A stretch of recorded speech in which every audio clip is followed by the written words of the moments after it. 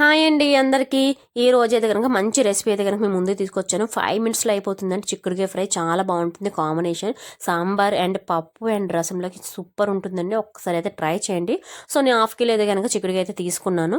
So నేను cut చేసుకుని salt వాటర్లో వాష్ చేసుకుని అయితే కనుక మేము ముందుకైతే తీసుకొచ్చి చూపిస్తున్నాను.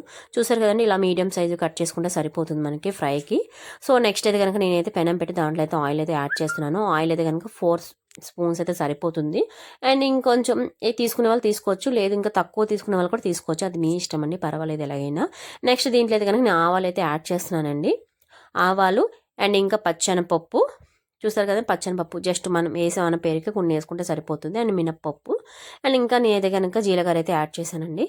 చూసారు కదా, ఇంకోండి జీలకర్ర అయితే యాడ్ చేశాను. మొత్తం 4 అండి. నెక్స్ట్ అయితే కనుక ఎండుమిర్చి అండి. సో మనకి రెండు ఉంటే సరిపోతుంది, ఎండుమిర్చి ఎక్కువైతే అవసరం లేదు. ఇంకా నెక్స్ట్ అయితే కనుక ఇంకా చిక్కుడుగా అయితే వెంటనే వేసేసాను. చూసారు కదండి, ఎక్కువ వేగిన పప్పులు బాగా కొంచెం చేదు కింద వస్తుంది, అందుకనేసి నేను చిక్కుడుగా అయితే వెంటనే వేసేసాను. మనం అటు ఇటు ఫ్రై చేసుకున్నాక ఇప్పుడైతే కనుక కరివేపాకు అయితే మనం యాడ్ చేస్తామండి. చూసారు కదా, ఎందుకు ఆయిల్ వేయలేదంటే ఆయిల్లో వేస్తే అవి తొందరగా చిట్టుపెట్టలు ఆడిపోయి కొంచెం బాగా మగ్గిపోయి దాని టేస్ట్ అనేది అంతగా అనిపించదు. సో ఇప్పుడు వేస్తే కనుక కొంచెం ఫ్రైలోకి బాగా మిక్స్ అవుతుంది కరివేపాకు, అందుకే నేను ఇప్పుడైతే యాడ్ చేశానండి. చూసారు కదండి, అటు ఇటు కొంచెం కదుపుకుంటూ మనం సిమ్మిలా పెట్టుకునేది కనుక మనం అటు ఇటు కలుపుకుంటూ చూసుకోవాలి. నెక్స్ట్ అయితే కనుక 5 మినిట్స్ అయిపోయిన తర్వాత మళ్ళీ నేనైతే ఓపెన్ చేసి చూపిస్తున్నాను. చూసారు కదండి, మనకైతే కలర్ అయితే కొంచెం కొంచెం జస్ట్ ఇప్పుడైతే మనకు స్టార్ట్ అయింది ఆ ఫ్రై అవ్వడానికి. చాలా సింపుల్గా అయిపోతుంది, ఫాస్ట్గా అయిపోతుంది. చూసారు కదా ఫ్రై. ఇప్పుడైతే కనుక సాల్ట్ అయితే యాడ్ చేస్తున్నాను, మనకి రుచిగా తగినంత సరిపోతుంది. చూసారు కదండి, మనకి సాల్ట్ వేస్తే కనుక అండి అది కొంచెం బాగా మనకైతే కనుక ఫ్రై అవుతుంది, ఇంకా మగ్గుతాయి.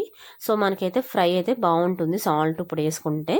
చూసారు కదా, నెక్స్ట్ తగినంత పసుపు అయితే మనం ఇప్పుడైతే యాడ్ చేస్తామండి. తగినంత మనం ఎంత తీసుకుంటామో అంతా, నేను ఎంత కనుక హాఫ్ స్పూన్ అయితే వేసానండి. హాఫ్ కిలోకి హాఫ్ స్పూన్ అయితే వేసాను నేను. చూసారు కదా, మనం అయితే ఫ్రై అయితే అటు అయితే చేసుకుంటాం. ఎక్కువ హైలో పెట్టేది కనుక మనం ఫ్రై చేయకూడదు, సిమ్మిలో పెట్టి ఫ్రై చేసుకోవాలి. నెక్స్ట్ ఇంకా 5 మినిట్స్ ఆగిన తర్వాత నేను పసుపు వేసుకున్న తర్వాత మళ్ళీ క్లోజ్ చేసి మీకు అయితే ఓపెన్ చేసి చూపిస్తున్నాను. చూసారు కదండి, మనకైతే కనుక లైట్గా బ్రౌనిష్ కలర్లో వచ్చేసింది. ఫ్రై కూడా అయిపోయినట్టు ఇంచుమించు.